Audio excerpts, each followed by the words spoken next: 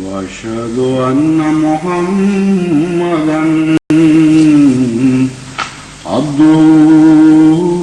ورسوله أما بعد فأعوذ بالله من الشيطان الرجيم بسم الله الرحمن الرحيم الحمد لله رب العالمين الرحمن الرحيم مالك يوم الدين إياك نعبد وإياك نستعين اهدنا الصراط المستقيم صراط الذين أنعمت عليهم غير المغضوب عليهم ولا الضالين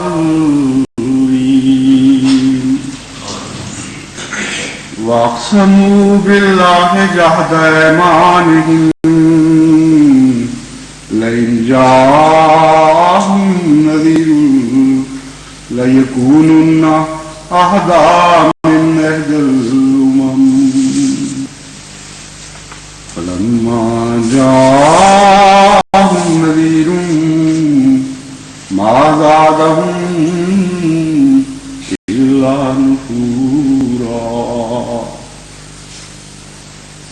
نفورا استكبارا في الأرض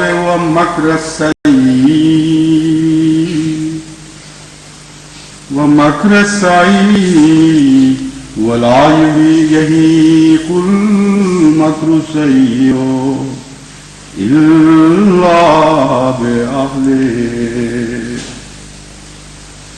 فهل ينظرون إلا سنة الأولين فلن تجد لسنة الله تبديلا ولن تجد لسنة الله تحويلا أولم يسيروا في الأرض فينظروا كيف كان عاقبة الذين من قبلهم وكانوا أشد منهم قوة وما كان الله ليعجزه من شيء في السماوات ليعجزه من شيء في السماوات ولا في الأرض وإنه كان عليما قديرا ولو يؤاخذ الله الناس بما كسبوا ما ترك على ظهرها من دابة ولكن يؤخرهم إلى أجل مسمى فإذا جاء أجلهم فإن الله كان بعباده بصيرا.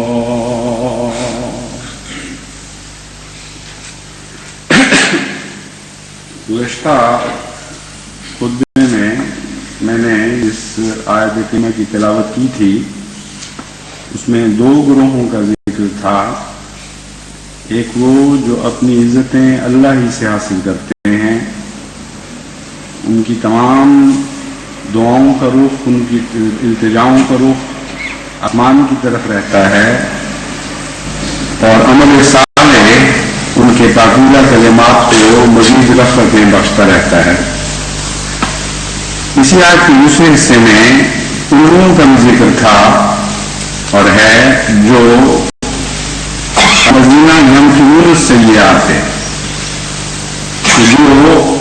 گندی اور بری اور ناپاک تدبیریں کرتے ہیں، اور ان کے متعلق فرمایا لہم عذاب شدید، ان کے لیے بہت ہی سخت عذاب مقدر ہے۔ یہ مکر السیئ سے کیا مراد ہے؟ اس سلسلے میں جو ہم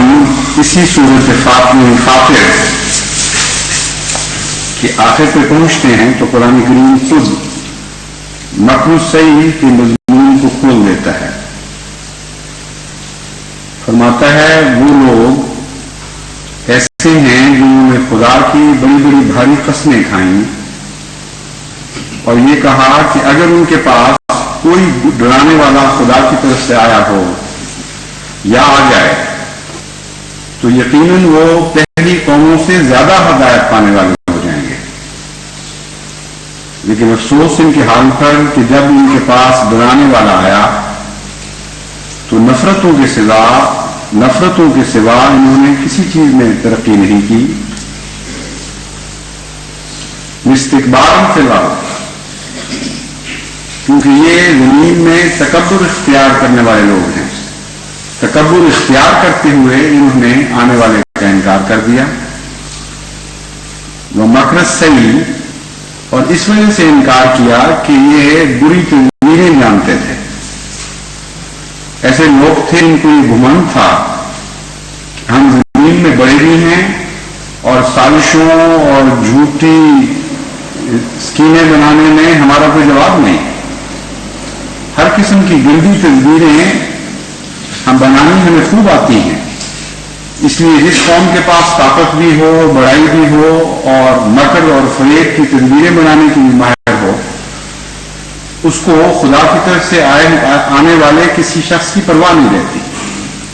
وہ سمجھتے ہیں کہ یہی دو چیزیں ہیں جو دنیا میں کامیابی کا گرو ہوا کرتی ہیں،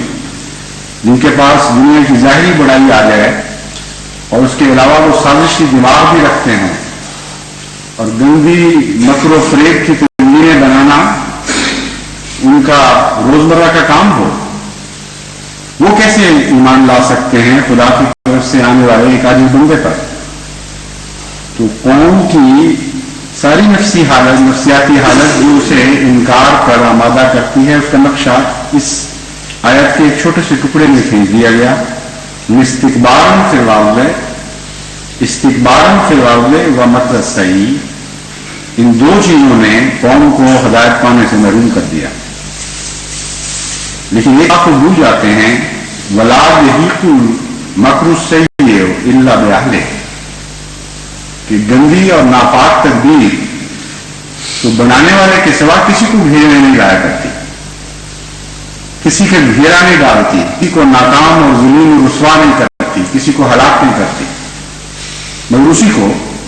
جس نے وہ تدبیر بنائی ہو۔ فَهَلْ يَنظُرُونَ إِلَّا سُنَّتَ الْأَوَّلِينَ، بس وہ کیا